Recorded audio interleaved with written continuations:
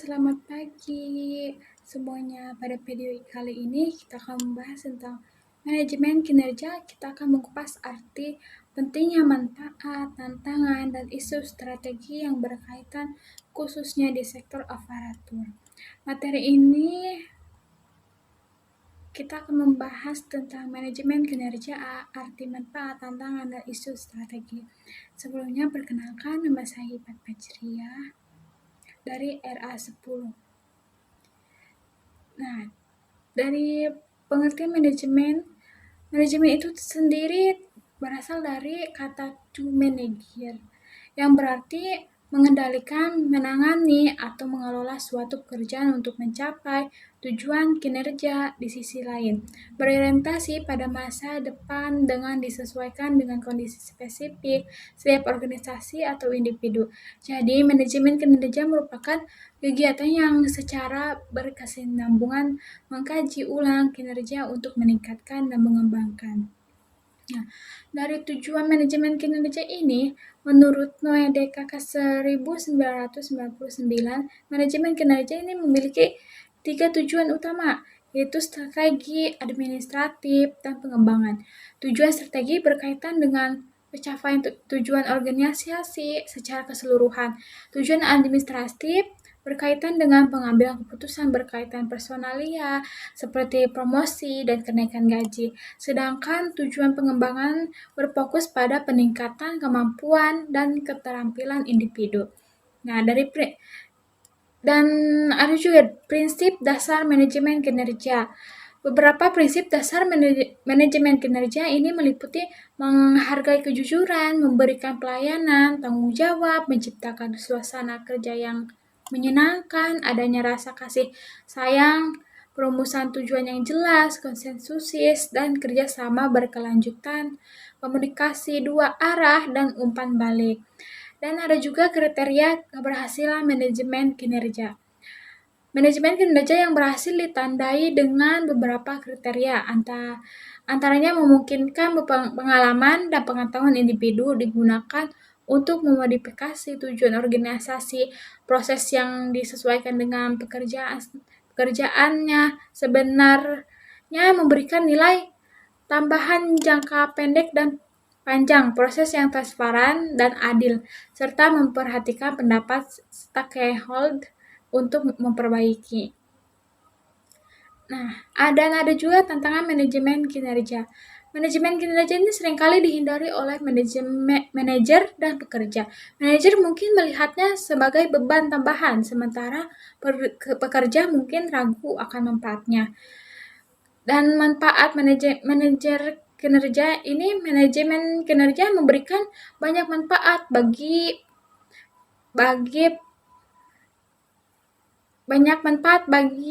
bagi organisasi maupun manajer.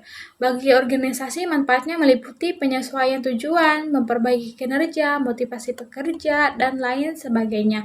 Sedangkan bagi manajer, manfaatnya meliputi klarifikasi kinerja, penggunaan waktu yang efektif, dan pengembangan individu. Nah, dan ada juga isu-isu terkait sistem manajemen kinerja.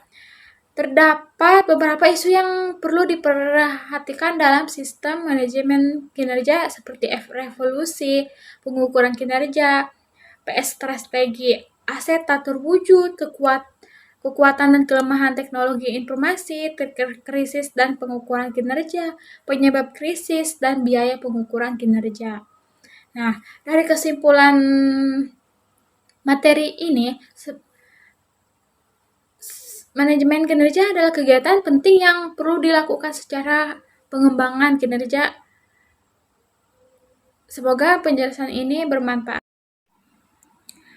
Pada video kali ini, judulnya yaitu Kepemimpinan Kinerja Pendekatan Sistem dalam Manajemen Kinerja.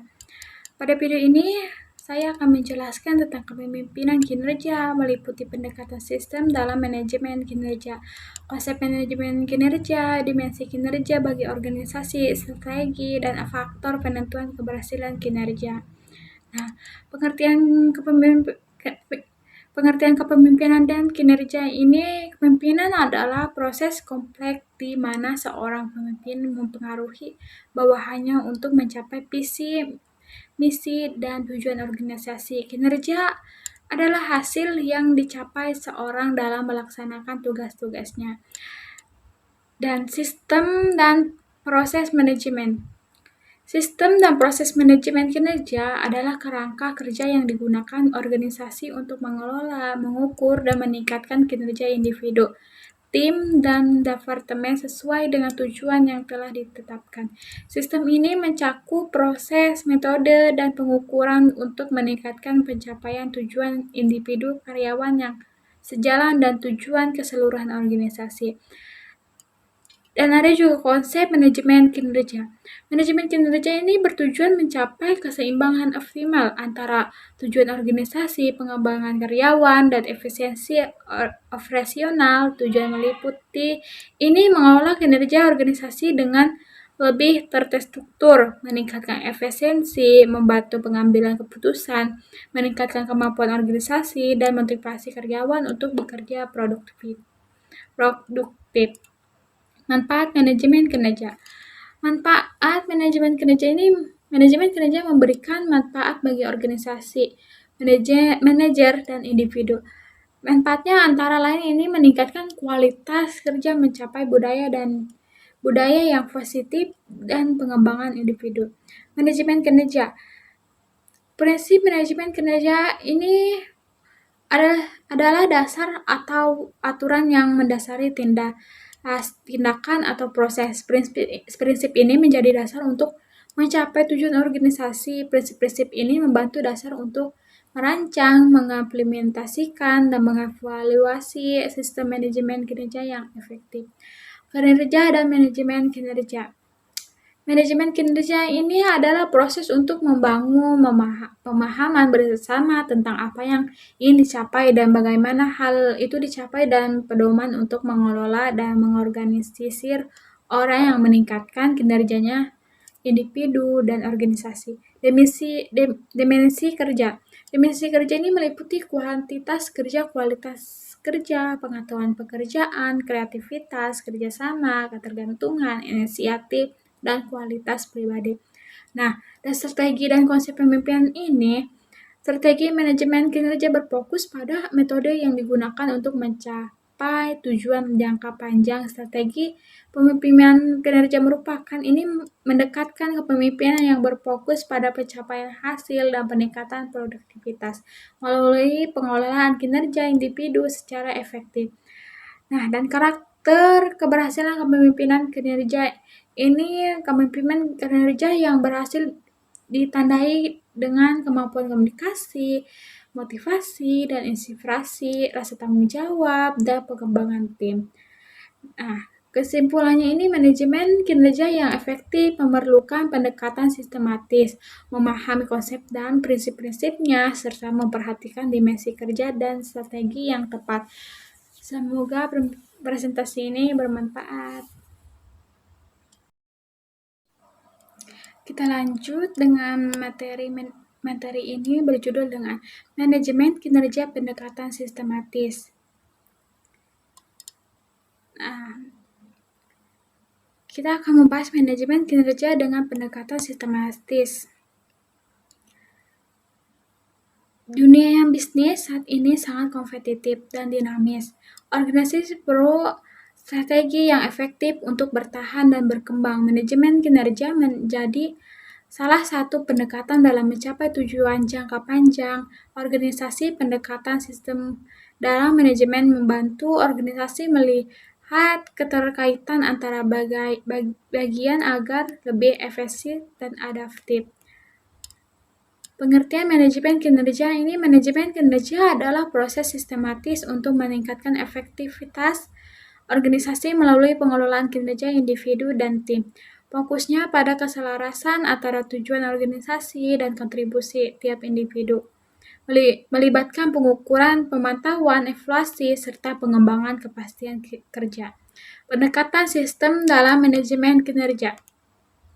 Dalam manajemen, Organisasi ini dipandang sebagai sistem terbuka yang menerima input dari lingkungan dan menghasilkan output. Sistem terdiri dari beberapa subsistem yang saling bergantungan, SDM, keuangan, produksi, pemasaran, dan lain-lain.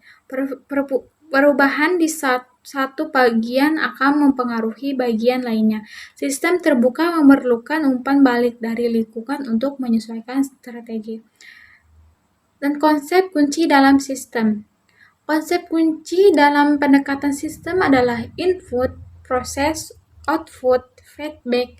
Lingkungan eksternal sangat mempengaruhi strategi dan keputusan internal organisasi. Keterkaitan antara bagian membantu identifikasi masalah dan solusi lebih cepat. Pendekatan ini memudahkan manajer lebih melihat organisasi secara holistik. Strategi manajemen untuk meningkatkan kinerja. Strategi untuk meningkatkan kinerja ini melibatkan karyawan dan pengambilan keputusan, menerapkan sistem penghargaan yang adil dan transparan, menyediakan pelatihan dan pengembangan, dan membangun komunikasi dua arah antara manajemen dan karyawan. Peningkatan kinerja karyawan. Peningkatan kinerja karyawan ini bergantung pada 3 elemen penting, yaitu motivasi, kemampuan, dan lingkungan kerja. Grafik menunjukkan peningkatan kinerja dari tahun ke tahun. Penerapan strategi manajemen kinerja. Penerapan strategi manajemen kinerja ini melalui 4 tahap utama, yaitu perencanaan. Yaitu perencanaan itu menentukan sasaran, dan kedua itu pelaksanaan, yaitu implementasi strategi. Dan ketiga itu pemantauan analisis, yaitu analisis dampak. Dan selanjutnya evaluasi, yaitu mengukur hasil dan umpan balik. Nah, dan juga pentingnya sistem dalam manajemen kinerja, yaitu sistem manajemen kinerja ini yang baik akan menyinkron tujuan meningkatkan produktivitas, membuat komunikasi efektif, meningkatkan apabilitas karyawan, dan pengambilan keputusan berbasis data. Dan proses manajemen kinerja ini,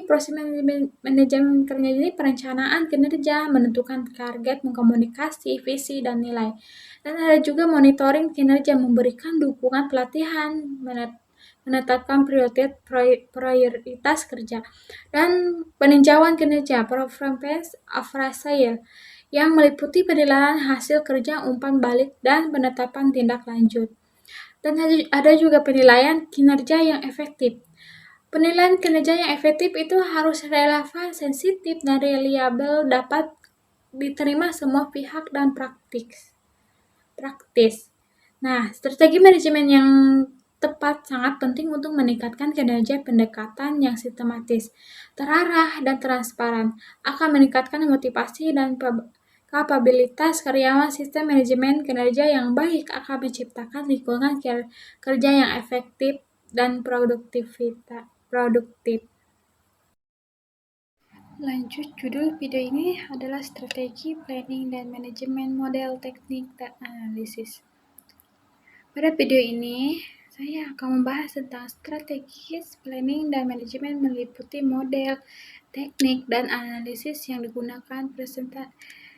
digunakan. Yaitu perencanaan strategi dan manajemen strategi. Perencanaan strategi dan manajemen strategi ini merupakan dua pilar utama yang mendukung keberhasilan organisasi dalam menghadapi tantangan di dunia bisnis yang semakin kompleks dan kompetitif. Pergeseran teknologi, persaingan, faktor pasar, serta kemampuan global menjadi dinamika yang terus mempengaruhi bagaimana organisasi merencanakan strategi mereka untuk mencapai tujuan jangka panjang. Konsep perencanaan strategi tidak hanya menjadi alat untuk mengintegrasikan berbagai sumber daya, baik internal maupun eksternal, agar dapat dikelola secara efisiensi dan efektif. Dan model perencanaan strategi ini, beberapa model perencanaan strategi yang umum digunakan, yaitu strategi lautan biru, model berdasarkan masalah atau tujuan, analisis PES, Hoskin, Kanrin, dan model 5 kekuatan Porter. Setiap model memiliki karakteristik dan penerapan yang berbeda sesuai dengan kebutuhan organisasi.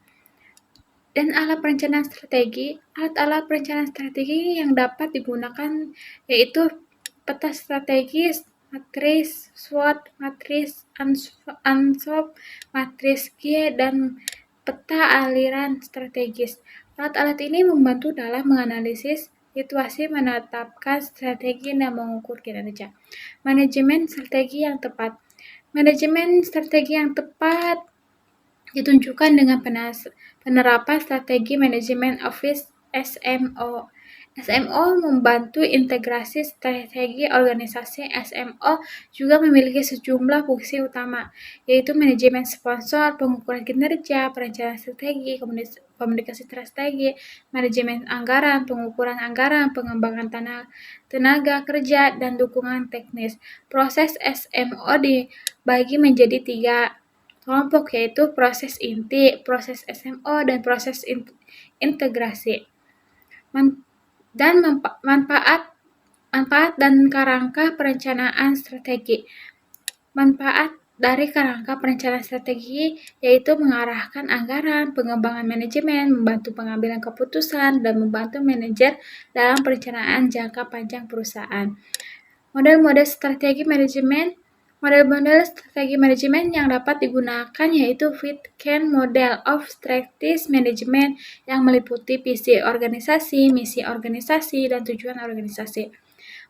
Perbedaan kerangka perencanaan strategi dan model perencanaan strategi. Kerangka kerja perencanaan strategi dan model perencanaan strategi memiliki perbedaan, namun keduanya saling melengkapi dalam proses perencanaan strategi. Teknik penyusunan perencanaan strategi meliputi 3 tahap, yaitu diagnosis, perencanaan, dan penyusunan rencana. Analisis lingkungan internal dan eksternal. Analisis lingkungan internal dan eksternal sangat penting dalam perencanaan strategis. Analisis SWOT menggabungkan analisis internal dan eksternal untuk menentukan strategi yang tepat. Nah, dari kesimpulannya yaitu perencanaan strategi tidak hanya mengurangi aktivitas untuk mencapai rencana di masa depan, tetapi juga proses yang melibatkan analisis terhadap faktor internal dan eksternal organisasi. Model-model seperti SWOT, Blend, Scorecard, dan model lainnya membantu organisasi memahami kekuatan dan kelemahan secara mengantisipasi peluang dan ancaman di pasar. Pada video ini akan membahas manajemen kinerja mulai dari mendesain teknis pengukuran kinerja hingga teknis memaksimalkan performance. Judul video ini manajemen kinerja, teknik pengukuran, evaluasi, dan optimalisasi. Mendesain teknik pengukuran kinerja. Mendesain teknik pengukuran kinerja harus mempertimbangkan berbagai aspek, mulai dari strategi organisasi hingga karakteristik industri dan budaya kerja yang berlaku dalam konteks ini. Desain pengukuran kinerja harus bermulai dari pemahaman mendalam terhadap tujuan strategi organisasi. Aspek penting lainnya dalam mendesain teknik pengukuran kinerja adalah keseimbangan antara indikator kuantitatif dan kualitatif. Teknik tindakan lanjut dalam pengukuran kinerja. Teknik tindakan lanjut dalam pengukuran kinerja ini menganalisis hasil evaluasi untuk menentukan pribadi dan prioritas tindakan. Tindakan lanjut dalam pengukuran kinerja bertujuan untuk meningkatkan kinerja dan mengidentifikasi area yang perlu ditingkatkan.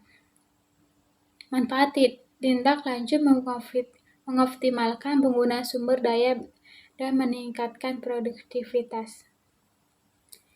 Pendekatan sasaran dan metode evaluasi kinerja. Penetapan sasaran evaluasi kinerja yang tepat merupakan komponen penting yang menentukan arah dan fokus proses evaluasi. Sasaran evaluasi idealnya mengacu pada prinsip SMART, Specific, Measurable, achieve relevant team bound untuk memastikan kejelasan untuk ketercapaiannya. Rencana dan perbaikan dalam kinerja. Proses penyusunan rencana perbaikan kinerja memerlukan keterlibatan aktif dari berbagai pemangku kepentingan, khususnya individu atau unit kerja yang secara langsung terkait dengan kinerja yang akan diperbaiki. Kualitas rencana tidak hanya meningkatkan kualitas tindakan, tetapi juga memerlukan komitmen dalam implementasinya. Teknik memaksimalkan kinerja. Teknik memaksimalkan kinerja berfokus pada pembangunan kohesivitas, kelarasan, tujuan, dan implementasi sistem kerja kolaboratif yang didukung oleh teknologi dan protokol komunikasi yang jelas. Faktor kunci dalam meningkatkan kinerja tim. Format.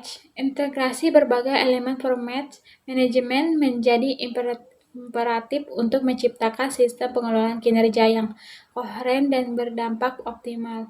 Fragmentasi antara komponen manajemen kinerja seringkali menjadi hambatan utama dalam mengoptimalkan nilai dari investasi organisasi. Pada proses pengelolaan kinerja dalam konteks ini mendekati sistemik yang menyelaraskan aspek pengukuran, evaluasi, pengembangan, dan penghargaan menjadi sangat penting. Kesimpulannya, sistem pengukuran dan optimal kinerja merupakan komponen fundamental dalam arsitektur manajemen organisasi modern yang efektif. Teknik tindakan lanjut yang optimal memerlukan komunikasi efektif dan sistem umpan balik konseptif. Pendekatan evaluasi kinerja yang tepat cenderung bersifat multidimensional. Rencana perbaikan kinerja yang sistematis membutuhkan analisis masalah dan keterlibatan aktif pemangku kepentingan. Teknik memaksimalkan kinerja perlu mengintegrasikan aspek individu, tim, dan organisasi. Sementara integrasi elemen performance manajemen menjadi kunci dalam membangun sistem pengelolaan kinerja yang koheren dan berdampak optimal. Video ini berjudul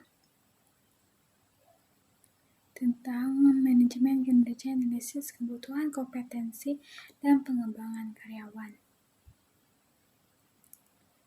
Pada video ini akan membahas manajemen kinerja dengan fokus pada analisis kebutuhan, kompetensi, dan pengembangan karyawan. Manajemen kinerja, teknik, strategi, dan analisis kebutuhan kompetensi dalam era globalisasi dan transportasi digital. Organisasi ditentukan untuk memilih sumber daya manusia yang tidak hanya andal, tetapi juga adaptasi dan kompetensi. Salah satu kunci utama dalam mewujudkan organisasi yang unggul dan produktif ada melalui penerapan manajemen kinerja yang efektif yang mencakup pemahaman mendalam terhadap kompetensi setiap individu. Modul ini akan mengupas secara komprehensif berbagai teknik, strategi, dan serta analisis dalam manajemen kinerja berbasis kompetensi dengan fokus pada pengembangan hard skill dan soft skill, identifikasi kompetensi aparatur, serta faktor-faktor yang mempengaruhinya. Teknik dan strategi analisis kebutuhan kompetensi. Teknik dan strategi analisis kebutuhan kompetensi meliputi observasi langsung, kuesioner, dan wawancara, serta analisis tugas dan kesejajaran. Analisis ini penting dalam perencanaan dan pengembangan SDM agar efektif dan meningkatkan kinerja dan mencapai tujuan organisasi. Teknik analisis kebutuhan pelatihan. Teknik analisis kebutuhan pelatihan meliputi analisis diskrepansi dan teknik analisis gap, evaluasi, dan perencanaan kebutuhan pelatihan melibatkan analisis kebutuhan, analisis jabatan, analisis organisasi, dan lain sebagainya. Pelatihan bertujuan untuk memenuhi dan memaksimalkan potensi yang ada. Pengembangan kompetensi karyawan. Pengembangan kompetensi karyawan meliputi identifikasi kebutuhan kompetensi, pelatihan, dan pengembangan keberlanjutan, serta pembelajaran kolaboratif dan evaluasi. Karyawan yang terlatih dan memilih keahlian yang memadai sangat penting bagi keberhasilan perusahaan. Soft skill dan hard skill dalam kompetensi. Kompetensi berbagi menjadi hard skill dan soft skill. Hard skill merupakan keterampilan teknik yang diketahui atau dibutuhkan untuk profesi tertentu, memungkinkan seorang melakukan pekerjaannya dengan baik. Kalau soft skill merupakan keterampilan dan kecakapan hidup, baik untuk sendiri, kelompok, atau masyarakat. Soft skill dibagi menjadi interpersonal skill, interpersonal skill, dan kompetensi sosial. Pembagian dan pengembangan soft skill. Soft skill meliputi interpersonal skill, kompetensi diri. Kalau interpersonal skill itu kompetensi sosial. Kalau kecerdasan, sosial, dan kompetensi sosial. Identifikasi kompetensi aparatur. Identifikasi kompetensi aparatur meliputi memahami deskripsi jabatan, penentuan kompetensi, analisis kompetensi, penyusunan profil kompetensi, dan evaluasi dan pembinaan. Faktor-faktor yang mempengaruhi kompetensi.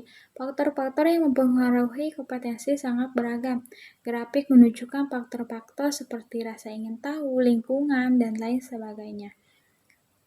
Kesimpulan, analisis kebutuhan kompetensi merupakan langkah awal yang sangat penting dalam pengembangan SDM melalui berbagai teknik seperti observasi, kuesioner, dan analisis tugas.